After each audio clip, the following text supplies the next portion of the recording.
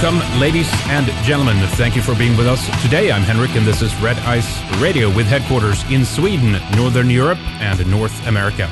We're in mid-April now, 2016. I hope you're enjoying spring and all the new life that it brings, the coming warmth, and the rising sun. You can hear 3 new shows each week. That includes Radio 314, Rain or Shine, Any Day, or Sacred Holiday, doesn't matter to us. We also cover news, we make videos, and we are about to enter into our next phase here soon as we update the website and begin with our live TV show weekly. RedIceCreations.com is the website, and RedIceMembers.com is where you'll find our full archives. Our opening live TV show, the marathon and fundraiser, which is also to commemorate that Red Ice Radio is turning 10 years, is going to take place on Saturday, April 30th. This is Walpurgis night. We are going to start at 10 p.m. Central European time. That's 4 p.m. Eastern time, US, and 1 p.m. Pacific. And I'll make sure to check the exact time for our friends in Australia and New Zealand as well. Hopefully it's a manageable hour for you guys. We have a few other guests that will drop in during the evening. Kevin McDonald, Ramsey Paul, Thomas Rousel. We are speaking with a few others now as well. We're also going to take callers, and of course we'll have a good time.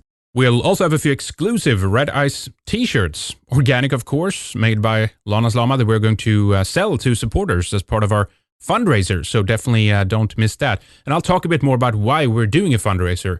We'll explain our ideas, what we can do with this show in the future, what it can develop into with your help and assistance. We'll have a page on the website soon where you can read more about the upcoming live show.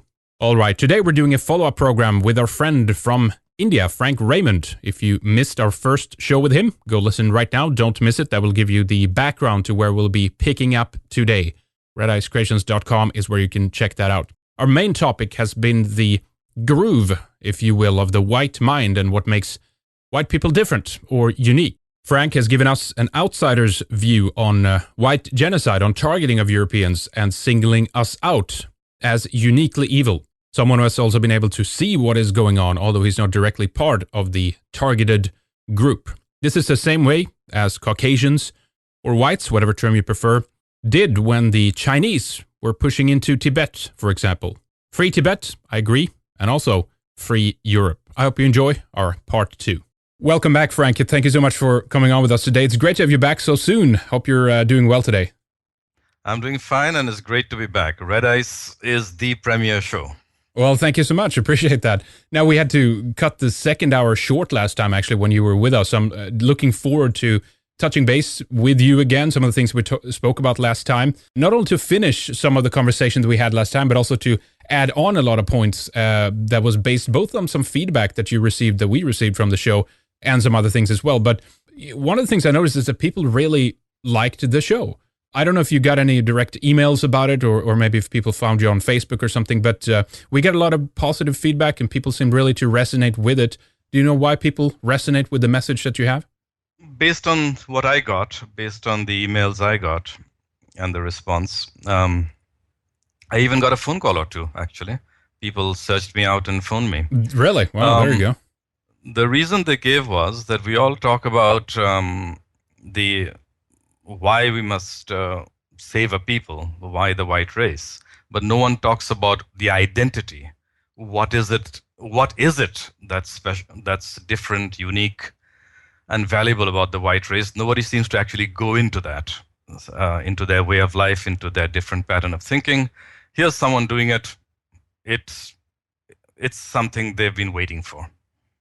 Do you think as well, because I got this from a couple of people, specifically in Sweden, actually, to say, this is the perfect show to give to my liberal friends, because of the fact, that you're non-white, and therefore it actually is safer to a certain extent for you to talk about. I don't know if you would agree with that, but it seems that some people found that alone super beneficial for their cause and for the friends that they wanted to share it with.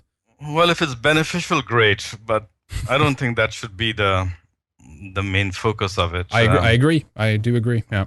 I think what they might say is that, hey, other people notice things we don't. The outsider notices things that we don't notice. Yeah, that's absolutely right.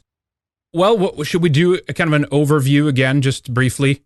bring people up to speed. I know that you wanted to kind of do an overview of the Caucasian mind, and maybe we can begin there, Frank. Well, I thought there's one little thing that I missed out last time. I'd like to add to that, and it's very little.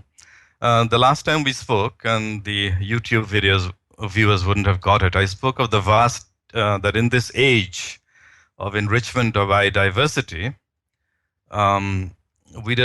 among all the colored races, they all share a kind of monotone uniformity, all black hair and all dull brown eyes.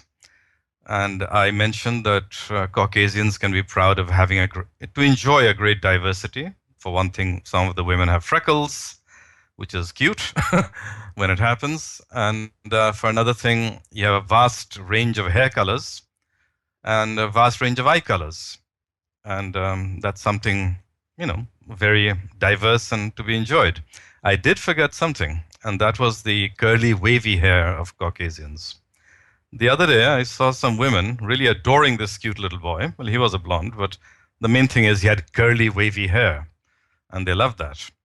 Now, if you might notice as you walk around Stockholm, if you look around at the non-whites, you'll see they all have the same hair pattern. It's parted in the center and straight down on two sides, very straight. Caucasians having curly, wavy hair, they can have a multiplicity of hairstyles.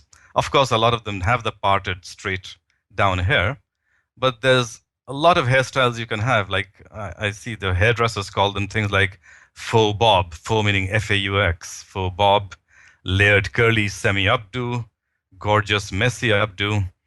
But I think if you walked around, you'd notice that, Caucasian women have different hairstyles, as do the men, but that's because they can have these hairstyles due to having curly, wavy hair. And that's a bit of diversity you wouldn't want to miss out on. Well, yeah, it's true. That's interesting. As I said last time, there's many things I didn't think about, and when you brought attention to them, because of the fact that growing up in Sweden, mostly Swedish, not only, of course, there's many other people there now, but there's many things that you just don't pay attention to when you live so close to it. It's like you can't see the forest for all the trees. kind of Exactly. So, yeah. Exactly. As one of your commentators said, you can't bite your own tooth and you can't see your own eye. Yeah, that is true. And that's not from me. That's from one of your commentators. Right. But I wanted to start by saying something and asking you a question and addressing people like you who are struggling to save their people. So let me just go about it and have a little patience with me, and then I'll ask you my question. How's that? Sure. Sounds good. Well, a couple of weeks ago, I was walking through my city, and there were these crows sort of diving at me, cawing. All these crows, they were making quite a racket, flying over my head, almost seeming to attack me. I found it a bit annoying. Not threatening, but annoying. Well, an hour later, I was walking back along the same block, and I saw a girl, about 13, putting up a paper sign on a lamppost. And the paper sign she was putting up read, "Please don't mind the crows. Please don't get annoyed by them. They're just trying to protect their young, who is injured and is on the ground somewhere in a bush. They're just trying to protect one of their young."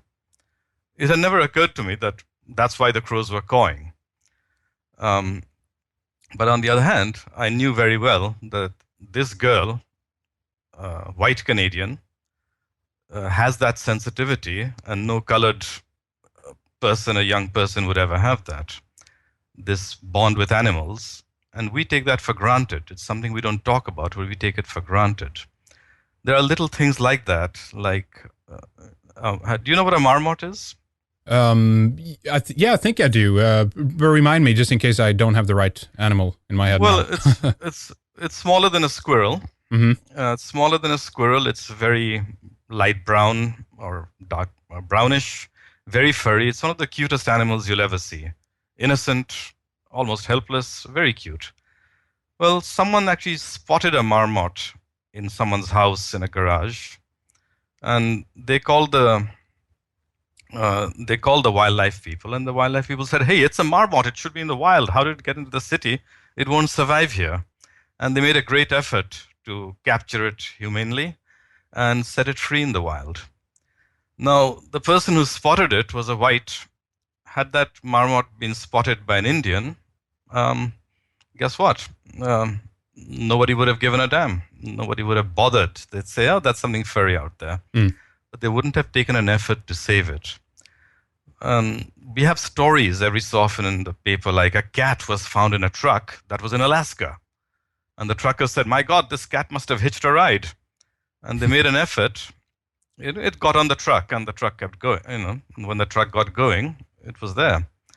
They made an effort, these people, to find out where this cat was from. Turned out it was from a city north of Vancouver, and return it to the owner. Wow. Now, these articles come out about the feelings and yearnings of people, but there are two populations here listening to it, two societies. There are the whites who read these things and get a glow in their heart and a sense of empathy. And there are the coloreds who look at it and say, it's pretty something weird, outlandish, pointless. There are two populations here. Now, I gave you some very minor examples. Let me give you a pretty major one, something big. In November 6th, 2015, I saw an article on a website called onegreenplanet.org, onegreenplanet.org. And this story was so famous it came out even on YouTube. There was a bear came out of its wildlife area refuge and wandered into a town called Alligator Point in Florida. Oh, it was a big bear, 400 pounds, big black bear. And the people spotted it and they said, oh, no, oh my God, we got to get this bear out of here. And they called the conservation people, and the conservation people shot it a tranquilizer dart. Now, the bear, takes a while for the tranquilizer to kick in. The bear took off and it went into the ocean, went wading into the ocean. But then, as it got drowsy and groggy, it started to drown. A biologist, I think his name was Adam Warwick, he saw this bear drowning and he leaped into the water. He leaped in there into deep water and did his best to rescue the bear. Now, the bear could have, with one careless swipe, it could have harmed him seriously, but he didn't care. He struggled and have you ever seen a man pull a drowning man to safety? Mm-hmm. Yeah, they have them on their back and they put their arm around their neck and they pull them. Yep. He did exactly that with a 400-pound bear. Jeez. And he managed it, though the bear did what drowning people do. They try to hang on to the rescuer and both drown together. Wow. The bear attempted to do that, but he still got it. And at the end, by the time he got to shore, his legs were giving out. Well, they got that bear onto a truck and was sending it back to where it belonged. And the bear actually gave him what looked like a grateful look. It looked like that. Now, you might notice that if that happened anywhere but a white country, they would just kill the bear. The bear has wandered into a populated area, they'd just kill him. In any other country, they wouldn't take that much trouble to rescue a bear, spend resources on getting it back into its place, into its own wildlife refuge. They would have killed it. Now, here's a story that every one of your listeners should look at because it is on YouTube. And the YouTube video is called Humpback Whale Shows Amazing Appreciation After Being Freed from Nets. So what happened was, in the Baja Peninsula, a boat spotted a humpback whale, looked young, but a humpback whale, young or not, is pretty big. It appeared to be lying still and trapped in nets. They realized it was dying, or at least in very grave danger. So what did these people do? One of them jumped out and went right up to the whale, and he tried to cut away the net. And the whale was in deep trouble. Its tail was several, 12, 15 feet below water. So he tried to cut away the net that was holding this whale, a synthetic material net.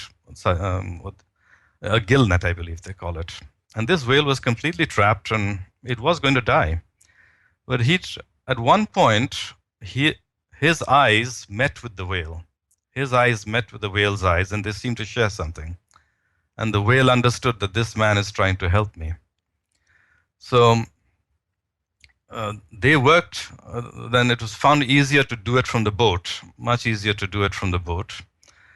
So they worked together, all these people, 5 people in the boat, they worked very hard for hours cutting away the nets. And if you go to the very end, you'll see that once they let the whale go, once they've decided they couldn't do any more, they let the whale go. The whale did get free, and it gave them the most amazing display of acrobatics. It was almost like a fireworks show. The whale breached the water, it leaped into the air, it did tail flips. It did all this because it was the little girl on the boat understood what happened. This little girl said, "Mommy, I think I know what he's trying to do. Oh, she's trying to do. She's trying to show us she's all free." And her mom said, "Yes, dear. And I think he's also doing a thank you dance." Yeah. It was very clear watching the end of that video that this whale was communicating with the people and saying, "I am thanking you. I love you." It was very clear. So now I'll also tell you that it can be dangerous. This love of animals can be dangerous. Perhaps you've heard of the story of Christian the lion. These 2 young men in London bought a young lion from Harrods store. Right. And they bought this lion from Harrods store and they brought it up. But eventually the lion grew and they had to take it back to Africa where they put it in a wildlife refuge. And then these young men went back a year later and they found the lion and they had a reunion. The lion saw them and rushed at them. It was a very heartwarming scene when the lion hugged these 2 men that had brought it up. It brings tears to the eyes of everyone. But people didn't notice there was a 3rd man there standing by, an older man. His name was George Adamson, and he ran the lion refuge. George Adamson was one of those people who go to Africa and try to save animals, in this case it was lions. Yeah. Well, that can be dangerous. Africans killed George Adamson once because they were busy poaching and killing wildlife. And they attacked some of his guests who had come to visit him. In trying to save his guests, he got killed.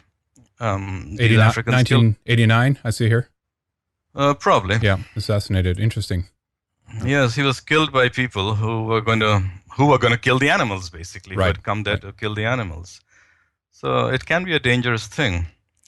Now, I actually was speaking to a woman here in Vancouver some days ago, very liberal, and she was concerned about bears, the polar bears of the Arctic losing their habitat, the black bears and grizzlies here, we are pushing them out as the cities grow with the population. We are pushing them out of their habitat.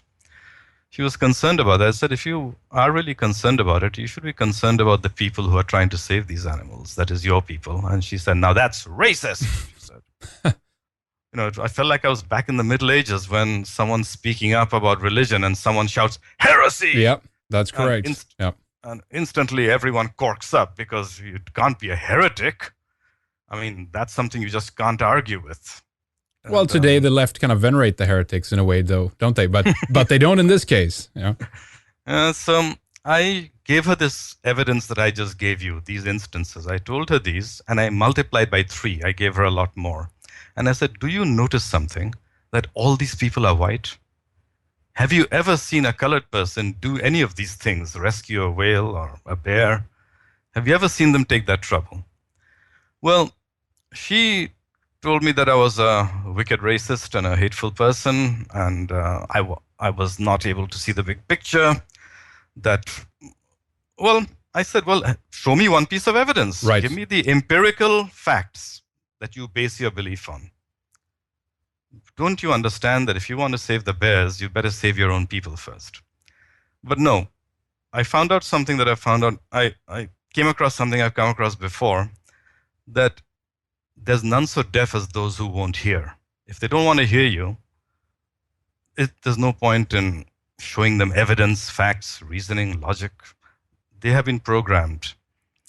Now, I looked at this woman, and she's a good person. She loves animals. She's a kindly person. But she doesn't realize that she herself is an endangered species. That's what she doesn't realize. Yeah. No. So, seeing that I wasn't getting through to her, I thought about you. And I said, I am getting disheartened and wondering if it's possible or worthwhile to save a people that can't seem to have the instinct for self-preservation. Henrik's been doing it for 10 years. Right. So, sometimes I wonder, Henrik, how do you do it? Well, I mean, there's no other way about it, really. I mean, the fight is something that you do. I mean, I'm not saying that the odds are ultimately going to be stacked against us. They are right now, but that doesn't mean that I feel that it's inevitable that we're going to go into oblivion, if you will. It feels like that sometimes, some days, obviously, when we hear stories like this. But I think we're going to turn it around. I mean, I have hope. I think it's going to work when things get worse and worse all the time. People are waking up. There's been a tremendous waking up now, even since the migrant crisis happened in Europe. Yeah, more and more people are waking up, and I think, and it's just, I mean, as you say, it's a survival instinct ultimately. I know that we are being uniquely targeted in a way that other people aren't right now, and I think that. Whether I would know that we would lose, I would still do everything I can to fight. It's just what you do. Okay, so, you talked of migrants. Look well into the faces of these migrants, into their eyes. And you tell me if one of them is going to save a bear or jump into the water to save one. Yeah. But let me now say what I wanted to say to your audience, to you, and to all those who are in the struggle. There was a time, I think, the peoples have been in danger, all peoples, from invaders and conquerors. But when Attila the Hun and Genghis Khan's Mongols were on the rampage in Europe and the situation was dire, at least they had the people who fought them, the generals who commanded the armies, the soldiers, they had something. Their people were with them. Their people understood, you are fighting for us to save us. But your fight is a uniquely difficult and fight because your own people, those you're trying to save, are against you. Yeah, true. Your own people don't understand. They are the ones who call you a neo-Nazi, a fascist, a hater, or whatever. Yeah. So the people who are in the fight today, those who are trying to save their race, the white race, they may not think of themselves that way, but their heroism is equal to that of any soldier, any general, any sailor who fought Attila the Hun, Genghis Khan, or the Turks who were at the gates of Europe. Yeah. In later ages, people will say these were the greatest heroes of our age because they fought in a situation where their own people were against them. They faced the ingratitude of their own people. Yeah. Well, I hope your listeners take heart that those who are now today sticking their necks out, they are as great heroes as any, maybe greater. Well, it's an important point that you bring up. I think it's unique. You're right for that reason that we have a population that has been turned against itself as a weapon ultimately. I mean, we can argue, of course, how this has been done and by whom this has been done, what techniques they have used, but ultimately people have fallen for it, if you will. They have recognized well, basically what has happened, Frank, is that these traits and characteristics that you speak about of compassion, of helping others, of being universal in your outlook in terms of justice for everyone and opportunity for everyone. That is something that they have taken and basically turned against us, and they're exploiting, if you will, our humanity. Right? They found a way to get through that, if you will, And so many people are unable to recognize what is happening, because I think, Frank, that if we manage to actually show them with proof and with evidence, if we could demonstrate to them what actually is happening, I believe that they would be against it. Yes. Just like they would for anybody who would be targeted in this way. Well, your enemies have thought deeply about psychology, very deeply, and they've found a way, and you will have to think equally deeply and find a way to deprogram the lemmings, just as cult, the father, they had cults before, like the Moonies. Yeah. Yep. Children went into it. Sometimes their parents hired a deprogrammer to try to unscramble the mind of this poor chap. And you will have to be equally good psychologist. Anyway, I was going to say that time is always short. So I was going to do an overview of the Caucasian mind. And I think there's time to look out of 5 main elements that I've spotted. There's time to review 2 in detail. But then the interesting question is, why is the white mind different? Right. What is the reason? Yeah.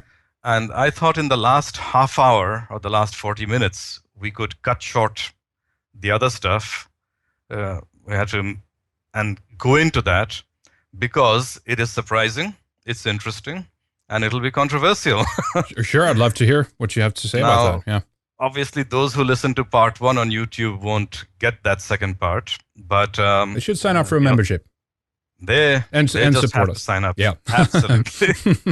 All they have to do is sign up and be subscribers, and they'll get to hear a new theory about how these traits, why this race is a little bit different. Very good. Okay? Yeah. So let me make a short statement, and then we can resume our interaction. And let me make that statement first, okay? Sure, go ahead. Every branch and twig of the human species, every race and subrace has a unique mind. Perhaps someday some individual will research and adumbrate the Congolese mind, or the mind of the Khmer race that dwells in the sun-baked swamps and deltas of Indochina. Today, I shall speak of the mind of the Caucasian family of races, or overrace. Now, before I start, I'll refer to something that's relevant, and that is the drives of the human spirit, the biopsychic drives. There are 3 major drives. First, people want to live on, live forever, and are terrified of dying out, like a spark vanishing in the great darkness. Second, individuals want to be a part of something larger than themselves, something eternal. Third, humans want happiness. There is not much point in life without it. First drive, people want to live on, live forever, and not die. Hence, they want to leave behind a book, an invention, a legacy. As, say, Sukarno brought about the nation of Indonesia. They want to leave a legacy, something that will live forever. Whites today, living through a process of genocide, should remember that the best way to live on, to not die, is to have children who have your looks and feelings and your folk soul. That is, they should leave behind white children. Second drive, people wish to be a part of something larger than themselves, something eternal. That's why some people join the army or are so fervent about their religion. They say, I'm part of a great belief system, I'm part of a tradition, of a great system of living beings under the direction of an all-powerful God. So says the Christian or Muslim. Well, a white man or woman can genuinely feel that he or she is part of a great river that goes back in time and forward to eternity. It is a river of leaves that are or have been and will be parts of the great forest of the Caucasian family. A river that will flow on in time to the distant future and spread through the planets and moons of galaxies as yet unseen and unimagined. Third, humans want happiness. There is not much point in life without it. There are some who think that if whites did not invent electricity and the space shuttle, they are, quotation marks, not needed, not important, and their existence cannot be justified. There is nothing to be proud about, they say, if we don't have that. They miss the point. That is a functional point of view, because after all, the purpose of electricity and the space shuttle is to add to the sum of human happiness. Imagine a society of people who have all the wonders of science, but are grim, full of depressive obsessions. Perhaps what whites should fear most is that in a society dominated by aliens, they cannot be themselves, cannot be who they are, cannot live their identity, and part of that identity is that they cannot be spontaneous and happy. The natural, unfettered capacity for happiness is a precious element in the white mind. Just visualize the frank smiles and hopeful, happy expression of a Swedish woman and the Middle Eastern women who walk their streets with their black, loose, voluminous robes and their black head coverings, the very antithesis of Nordic happiness. But I shall speak of this more anon. To enter the heart of the matter, what is the nature of the unique mind of Caucasians? What are its component elements? I shall now enumerate a few that I have identified, but after relating the elements of the white mind, I shall try to explore the sources, the well springs of these dimensions of the white mind. And there you will find a surprise. Some of these well springs, these causes of unique traits, are not knowable in real world, not explicable in terms of evolutionary adaptation. The roots of some branches of the white mind lie in other mythic realms, in other worlds and realities. That is the really interesting stuff. But first things first. So let us explore the elements of the unique white mind. The white mind can be pithily summed up as a transcendent child mind that dwells in the magic forest. It is transcendent in that it transcends. It goes beyond experienced biological needs and goes beyond immediate here and now tied to the concrete realities. It does so in greater degree than that of any other race. It is a child mind insofar as, in the white person, the child within never dies. He or she values the innocence, wonder, hopeful outlook, and freely wandering imagination of childhood, and hence holds children precious more so than any other race. And it is a mind that prefers the forest and dwells in it, the forest fringed by the changing sea, the changing ocean. Now let us isolate the elements of that mind, but keeping in mind that when a white person does things unique to a white, such as George Adamson making a lion refuge in Africa, he is doing so in accordance with a mingling combination of those separate elements. These elements work together, as I'm saying. So far as I can identify, there are 5 elements. First, the white mind transcends experienced biological needs to a higher degree. Secondly, it transcends present reality that is perceived by the 5 senses, and hence it goes beyond barriers and constraints. Third, it is a forest mind. One of my reviewers, drawing upon chapter 8 of my book, that book once again is Sweet Dreams and Terror Cells, spoke of the forests of the past, the forests of the mind. Fourth, it is a child mind that retains the elasticity and innocence of childhood. Fifth, the white mind has a unique intellection groove, a distinct and different pattern of thinking, reasoning, inferring, and deducing. So, given that, we turn to the first element. And the first element is of experienced biological needs, the imperative to serve experienced biological needs. Now, I'll say that very briefly. I'll give you an example. I once knew a man, Punjabi, an East Indian, who was immensely wealthy. He used to deal in properties. At any given time, he had 40 to 50 properties. He owned 40 to 50 large houses at any given time. And then he was going to make a house for himself and his family. Big plot. I saw it for myself. Had a house already. Lots of trees, big garden. And he demolished that. And he built a huge monster house. He cut down all those trees. He concreted over the grass. The living grass was sealed under concrete. There was very little left, and he built a huge house. And then, in that huge house, why was it so huge? He had 3 basements that he was renting out to people. And I said to him, "You're a rich man. If you rent out basements to people, You don't have privacy. There's always trouble with people living in your house. They can cause all kinds of trouble, all kinds of problems. They could play the music too loud. He said, I know all that. I've experienced all that all my life.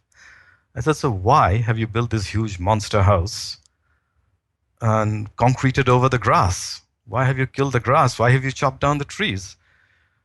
He said, well, why would I not make money if I can?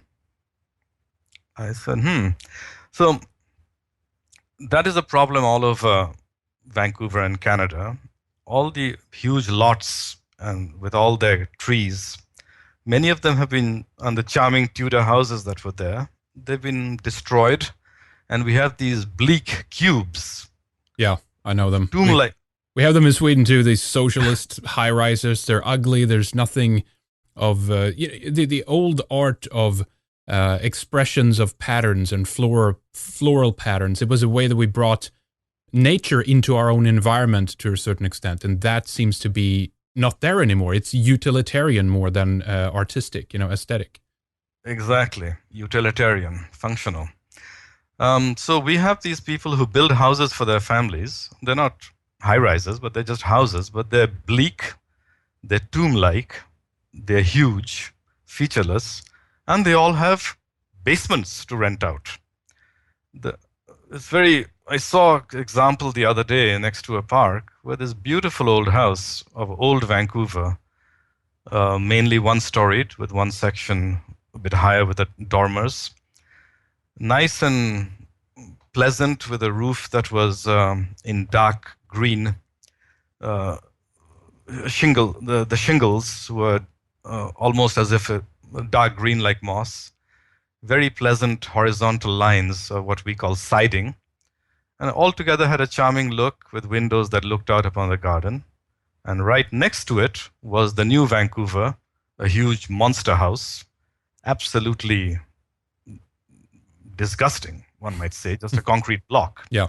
And you could see that it was an East Indian or an Oriental who had built this house. You see the contrast between the two worlds and the two minds was just unbelievable.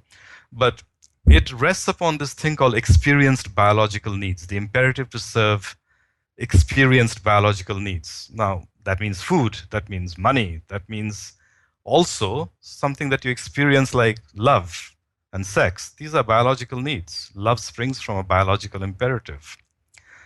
Now, we could talk about that, but I'd like to talk about one aspect of the experienced biological needs, just one aspect of that imperative, and that is the conservation of energy.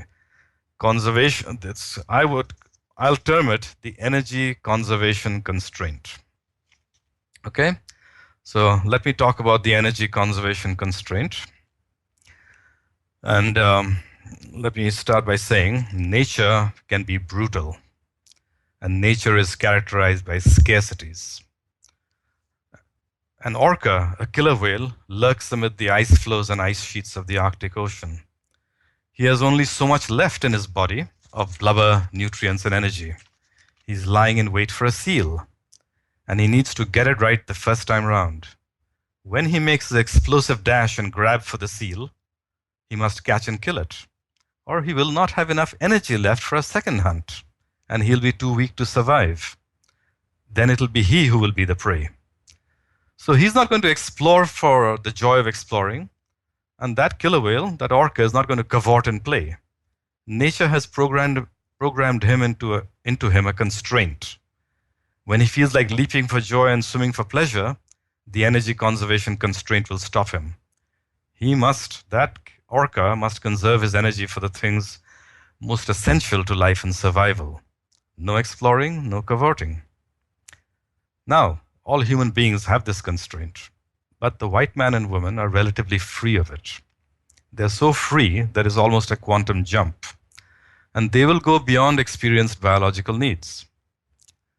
Now, think of something that after 60 years of multiculturalism, some of the myths have been dispelled. The truth has come out. There was a myth that, say, Indian people or Filipino people will be exactly the same as whites once they have prosperity and comfort. Yeah. The difference between them, they said, was that white peoples have material comfort. That's what explains the difference. Well, that myth has been exploded already. Consider, in North America, a white man and a Filipino man are in their garages on a summer afternoon. And there are lots of Filipinos with large houses and garages and live in the suburbs. In fact, they're better off than the average white, I tell you. Oh, yeah, really?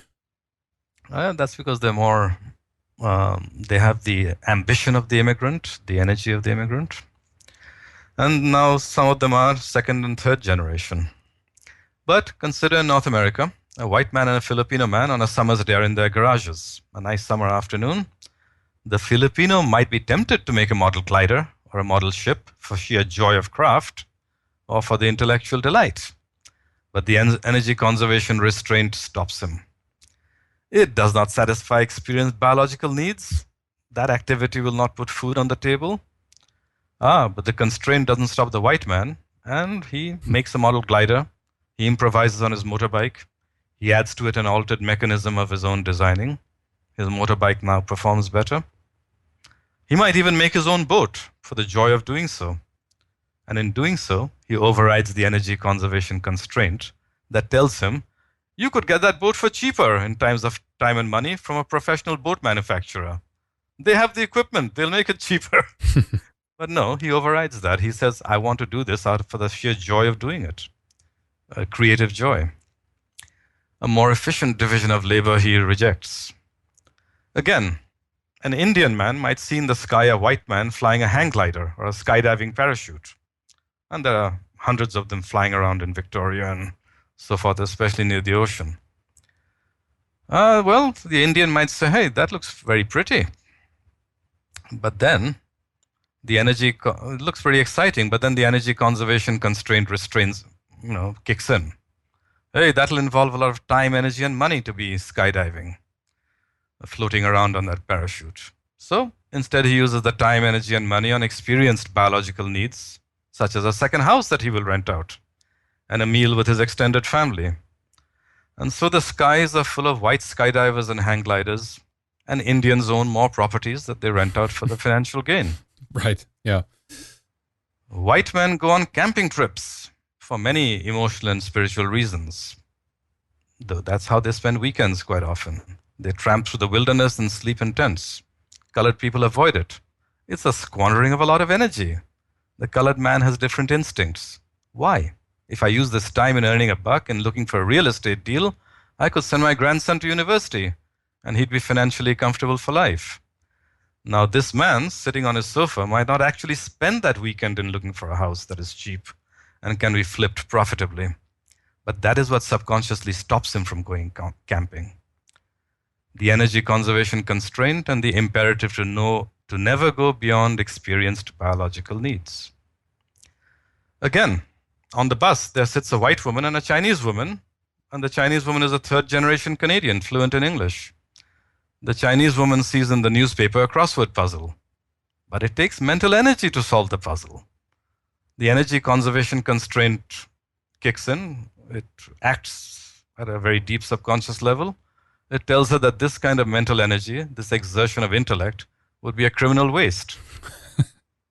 The intellectual effort is better spent on experienced biological needs. So she turns to the employment page where she might find a better job. And the white woman does the crossword puzzle. There's the difference.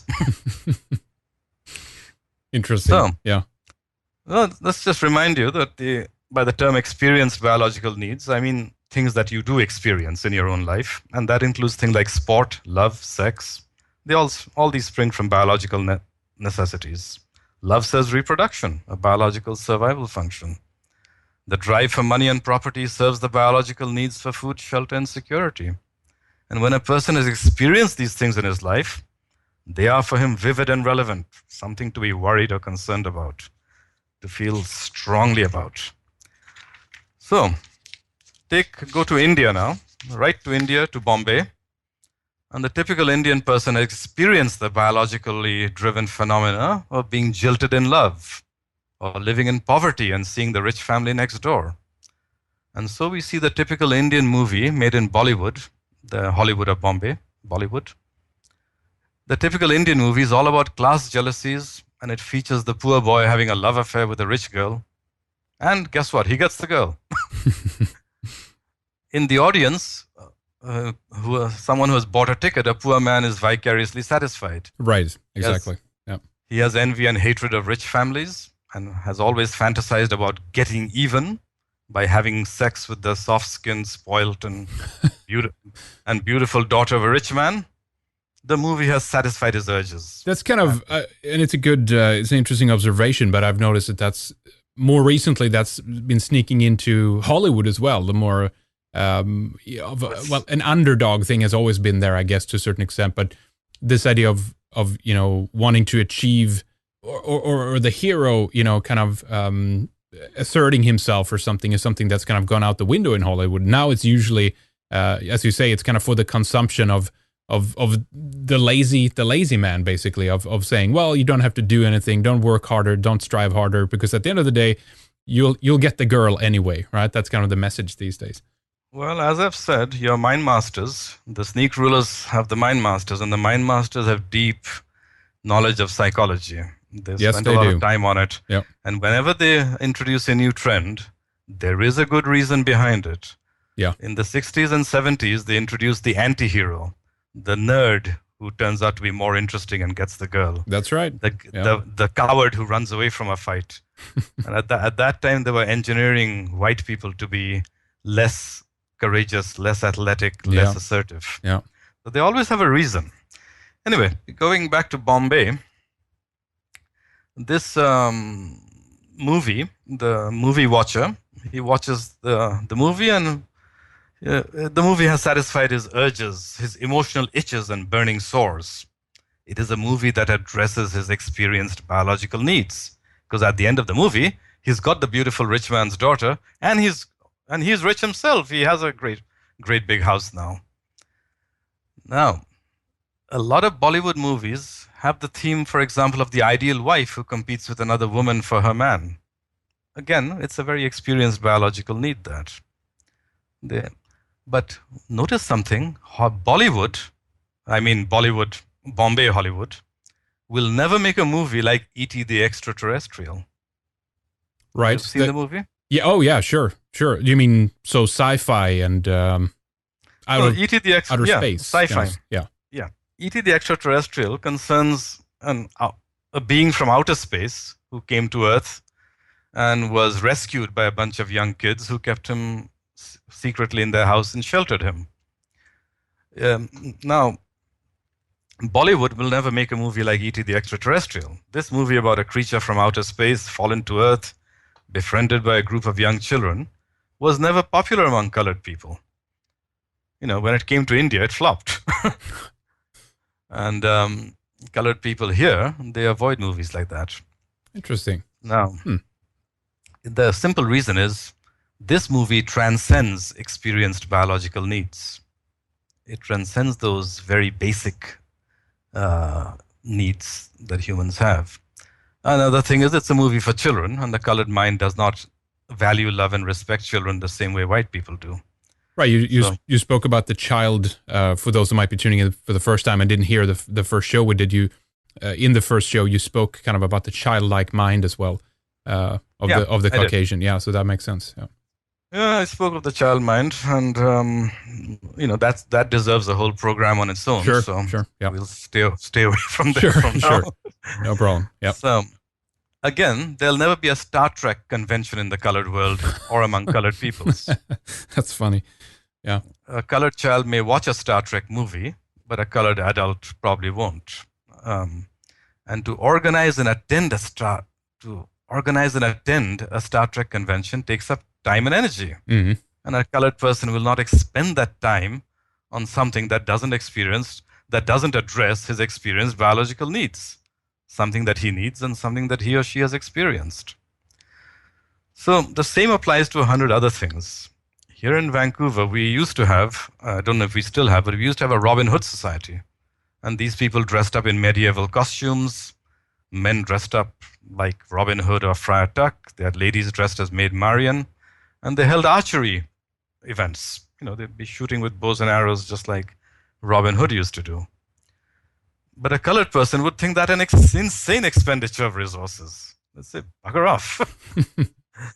You will never see anything remotely like it among the colored millions in Vancouver or Seattle. Okay. And so not even those that have been living in the West for a couple of generations? Absolutely not. Huh. I'm telling you that with absolute assurance. I've lived here 22 years. Interesting. I should know. Yeah. You will. The same goes for dog shows. It's one thing to have a dog and take it for walks. It's quite another to expend time and resources on organizing a dog show. Mm-hmm. So whites have dog shows and colors do not. As I remarked in my last talk, there's never been a dog show in the whole colored world. It's interesting. Very interesting. For that matter, why spend an afternoon bird watching since it doesn't touch upon personally experienced needs, such as food or a movie depicting a person being bullied but overcoming his bullies? That kind of thing might resonate with you, might echo in you because you've experienced it. But bird watching, you haven't experienced that. So white people will go bird watching because they've transcended to a larger degree those immediate, personally felt, experienced biological needs. Mm-hmm. Now, where does this trait, this white trait, where does it have serious consequences? It has it in the matter of science, engineering, and technology. It does.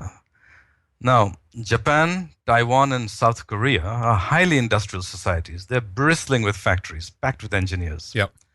Indeed, I heard somewhere that the city with the most PhDs per capita or per head is Seoul in South Korea. Yeah. However, there's a difference between Asian kids and Caucasian kids. Caucasian kids are eager to tinker, to work on crafts such as metalworking and carpentry, to design and to invent in their garages at home, for example. They're in their garages at home, they're adapting and modifying motorbikes, repairing things, even making skateboards, trying to make surfboards. We saw this trait more when whites had a society of their own and before the sneak rulers had vulgarized white children and white communities. Mm-hmm. Yep, that's right. White kids had clubs for model airplanes, gliders, and astronomy. Now, in the 60s and 70s, American children were crazy about designing and making rockets.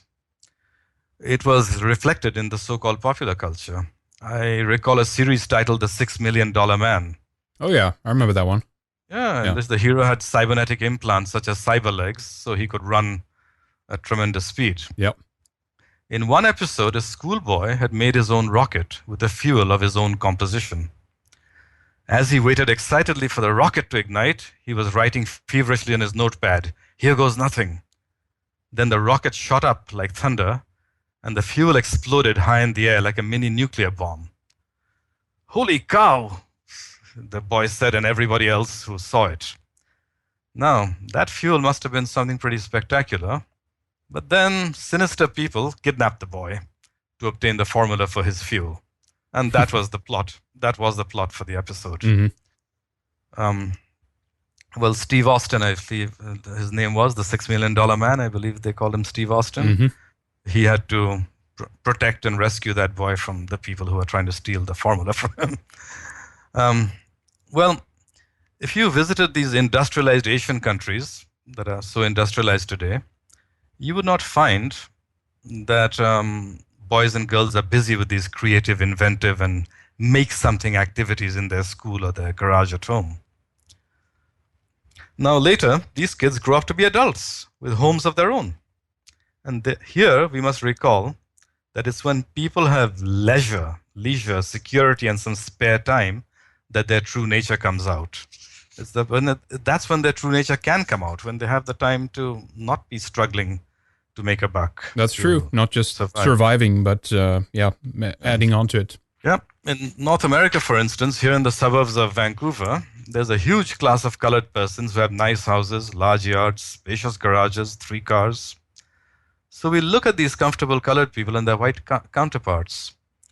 In the white world, it is said that women buy clothes and men buy tools. Every comfortable white homeowner buys tools for his workshop or garage. And there are retail outlets to supply them. Home Hardware, Home Depot, Rona, whatever. You have this equivalents in Sweden, I'm sure. Yes, of course. And women like tools as well. Men and women make things and design things because they want to, not because they need to. I have seen women who have made entire vacation homes and cabins. Okay? Women, they like taking tools in hand and making a vacation home. Yeah. Or a new deck, And I've seen them, especially on Vancouver Island, I see them make fancy furniture, very fancy furniture, bird feeders, garden boxes. I've seen a man make ornamental wooden bowls on a wood lathe, and sell the surplus in the local farmer's market. He doesn't do it for the money, but he makes too many, so he has to sell them. And I've seen some people even modify their own guns. That's more in America, though. Yeah, that's true. Yeah. But they enjoy doing it. Now, you will rarely see an Asian, Arab, or Negro man or woman buying tools, assembling a workshop, and making things for the joy of it. Have a look at the houses and suburbs of the West, especially North America. Look into the garages. The colored person is held back by the ends of energy conservation constraint. These activities don't serve the experienced biological needs. Don't waste energy on them. However, the white mind is more free of this constraint, and his instincts for creative, productive, and intellectual play are given free rein. And this white trait generates immense effects and achievements. The Japanese are fine engineers, but a Japanese engineer performs his engineering feats in the corporation, often in the giant conglomerates that they call zaibatsu. And he does it as a duty, a job. The white engineer does it out of sheer love of craft and inventiveness, and he often does it as a hobby, often from home. The lone inventor who started in a garage is a staple and a giant figure in Western technology, as is the inspired technologist. So I'll just look at two instances, okay? Yep. Just two, and we'll move on. There was a boy named Werner von Braun, born in Germany in 1912. When he was young, his mother gave him a telescope, and he became fascinated by astronomy, by the stars, by the wonder of the universe. You will note that even today, the parents of colored people do not encourage telescopes and astronomy. It doesn't cost much, but they don't seem to go for it. Now, the young von Braun, was an avid reader of science fiction. And science fiction holds an allure for whites, so much so that it's almost totally a white monopoly. In this talk, we shall later speak of science fiction as a facet of the second element of the white mind. That's the second element, but now we're on the first element, the freedom from the energy conservation constraint. So the young von Braun, read science fiction and he was driven to invent, and at the age of 12, he was arrested. Yeah, Henrik, he was arrested. Right. He strapped rockets onto a model car to make it go faster, and this car zoomed down a city street with spectacular effect, but the police weren't amused. They arrested the boy. Interesting. I didn't know that that happened. So it began really early for him. His interest in rocketry, obviously. Yeah, it was, and they arrested the little chap and they handed him over. They did release him to his father. Right. Yeah. At school, he did not do well because he was too busy building an automobile in his father's garage. He was doing something that a lot of North American white kids do today, tinkering in the family garage. He had not been good at math and physics, but when he realized that these were essential to rocketry, he mastered these subjects. As a university student, he was a member of the German Society for Space Travel. You will note that such an interest is far outside the experienced biological needs I've been speaking of. Well, the rest is history. Von Braun led the development of the V-1, the world's first cruise missile, and the V-2, the rocket that blazed the path to space. Yeah, that's right. He was the man who transformed the American space program from a gleam in the eye, just a gleam in the eye, and he transformed it into an institution that developed the Saturn rocket, the rocket that hefted satellites into space. Now, I'm going to stray for just a minute to say there are some who are envious. They're envious of the white tendency to do the unnecessary, to go beyond the experienced biological needs, to transcend. I was surprised one day to hear a song that mocked this genius being Werner von Braun. The singer was Tom Lehrer. Lehrer is L-E-H-R-E-R. a talented man with good tunes and witty lyrics. I like his songs. And he was introducing his song titled Werner von Braun. He trivialized the American moon program, the noble ambition, as a waste of money to, quotation marks, to put some idiot on the moon, close quotation marks. That was Tom Lehrer talking. He said it would just put some idiot on the moon. Right. And in his song, then he went on to sing, and in his song, he mocked von Braun as being a mercenary who would sell his talents to the Chinese if it was expedient. However, in his song, the only wrongdoing that he pointed to was that the V rockets had wounded and maimed some people in London. Well, why didn't he condemn the Allied air forces for all the millions that they burned alive? Yep, that's right. So I looked at this man, and he didn't look white to me, so I looked him up. I checked his history and found out he was a Jew. Not a white, but envious of even this marvelous white achiever who transcended basic biological needs since his childhood and brought us technology that today enables us to speak on cell phones and use the internet. Yeah, that's right. No satellites, no cell phones. No rocket, no satellites. Yeah, that's right. Tom Lehrer exhibited a manifestation of a very mean spirit. Yes, envy is a terrible thing, and whites are envied and hated for their traits and achievements. And by the way, any listener, if they don't believe me, they can go on YouTube and hear the song of Tom Lehrer. It's titled Werner von Braun. So I'll go on to my second example, Steve Wozniak. Now, a lot of people don't know who Steve Wozniak is, but Wozniak was the man who invented the personal computer for Apple. Now, he invented the personal computer, he founded the Apple Computer Company. But he needed the help of Steve Jobs, since he needed the marketing savvy of Steve Jobs, since he preferred to stick with the technological side. At the age of 11, Wozniak built his own amateur ham radio, and he joined the ranks of ham radio enthusiasts, again, a uniquely white hobby. He had a passion for making electronic devices from scratch, from homemade materials. And that was from the time he was 11 years old. It was a passion, not a moneymaker. He invented the Apple personal computer in a garage. And when his hobby coincided with a market opening, a market opportunity, he became a billionaire. The entire computer revolution in its early days was made by engineers in blue jeans working out of their garages. And they all started their engineering trajectories with a passion, an interest, and a hobby that they were happy to invest time and energy in, defying the energy conservation constraint. The engineer and contributor to technology who began with a hobby in a garage is not something seen outside the white community. Not in Japan, not in China, not even in the West. Outside the white community, you will not find the engineer who began with a hobby in a garage.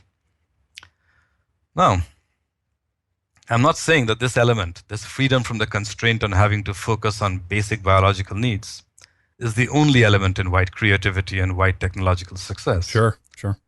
No. The second element of the white mind, the capacity to transcend here and now reality, to think out of the box, is a big factor. However, on account of this first element, the freedom from the constraint, whites will always have an edge in new technology and will always be good tinkerers, mechanics, and innovators because they are inclined that way. They have an inclination to do these things because their creative urge is not curtailed and cut off by the imperative to live for bread alone and to conserve energy accordingly. Very interesting. You know what? We should probably take a break here in a little bit, but I do want to talk a bit more about the book, of course. But just wanted to add a comment to that too. That it's very interesting. I kind of knew, if you will, about the idea that there's some that just don't do certain things that goes outside of the boundaries of necessity, utilitarian, etc. But now we can put a term on that. Experienced biological needs. It's a good one. Did you come up with that, or is that a clinical term, or someone else? No. I just came up with it, and it's probably not the best or most appropriate term. It's just something I thought up on the spur of the moment. Sure. No, but it does explain it. That's very interesting. I'm looking forward to hearing more of that. And of course, in the as we said previously, in the last 30 or 40 minutes or so, we're going to discuss why the white mind is different. But go on and tell us a bit about the book series that you're writing, Frank, so we can alert people to. Do you discuss a lot of these things in the book? I would imagine it's weaved in a different way, perhaps. Tell us more about it. Well, talking about the series is still an envisaged series. It's an envisaged series. It's When Giants Break the Spell. And the book I've written is volume 1 of that. And the volume 1 is Sweet Dreams and Terror Cells. Now, I discuss all this in the book, but the book is a fiction book. We have characters who are living lives and going through an adventure. They think about these things. It occurs to them. Sometimes when they think about it, they become slowly radicalized. They say, wait a minute, we're going to lose all these, the life we have, the things we enjoy. But to answer your question, yes, all these things are discussed in the book. We discuss things like the mythic mind of the white, his love for forests, his fascination for the mythical and perhaps real inhabitants of the forest, real in some form, fairies, pixies, elves. We discuss all these things in the book. Very good. Obviously, Amazon.com is a good place, Frank, to go to pick up a copy of the book. And I think we spoke about it last time, but it would be your Facebook page that people could find you on. You don't have a website set up for the book yet, right? Not yet. They could go to my Facebook page, Frank Raymond. They could just look for Frank Raymond or look up, they could just look up Frank Raymond and they'll see the cover of my book staring back at them. I think if people wanted to know my thoughts and to know really about their identity as whites, as Caucasian people, they should just read the book. It's all there. And there's a lot more to come. If enough books are sold, I can write volume 2. And believe me, there's so much more to come. Mm-hmm. Yeah. All right, very good. Yeah, definitely pick up a copy of the book, ladies and gentlemen. I think, it's only Kindle, right, at this point? At this point, it's Kindle, but in a month or so, will be able to order from Amazon a printed copy. It'll be made to order. If someone orders a printed copy, they'll just print one off. There's a company called Lightning Source that does it. Mm-hmm. But that's a month from now, at least a month from now. In the meantime, I think the best thing they could do to inform themselves and to spread the word and really work for their people is to just buy the book and read it. It's not enough to buy the book. You've got to read it because there's plenty of rich detail in there. All right, very good. Yeah, exactly. Arm yourself with some of the things we've been talking about here today. Really good stuff. Sweet Dreams and Terror Cells. And of course, this is the first book in that series. But Frank, we'll just push the pause button here for a little bit, take a short break, and then we'll continue with more in the second segment. So stay with us, Frank, and stay with us, everybody, and we'll be right back. That's hour 1. Stay tuned. RedIceMembers.com is the website for subscribers, supporters, and fans. Much more is coming. We'll continue with another hour and a half with Frank Raymond as he shares examples and stories with us, and also his theory on why this difference is there. Something different for sure. We'll see what you think. So join us as a member. Tune in. It's only €6 per month. Try it out with a 3-month subscription, but we have all the way up to 2 years available. You can find our full list of upcoming guests in our radio archive, but we're going to begin right now, so don't miss it. Stay tuned. We'll see you on the other side of this break. Thank you so much.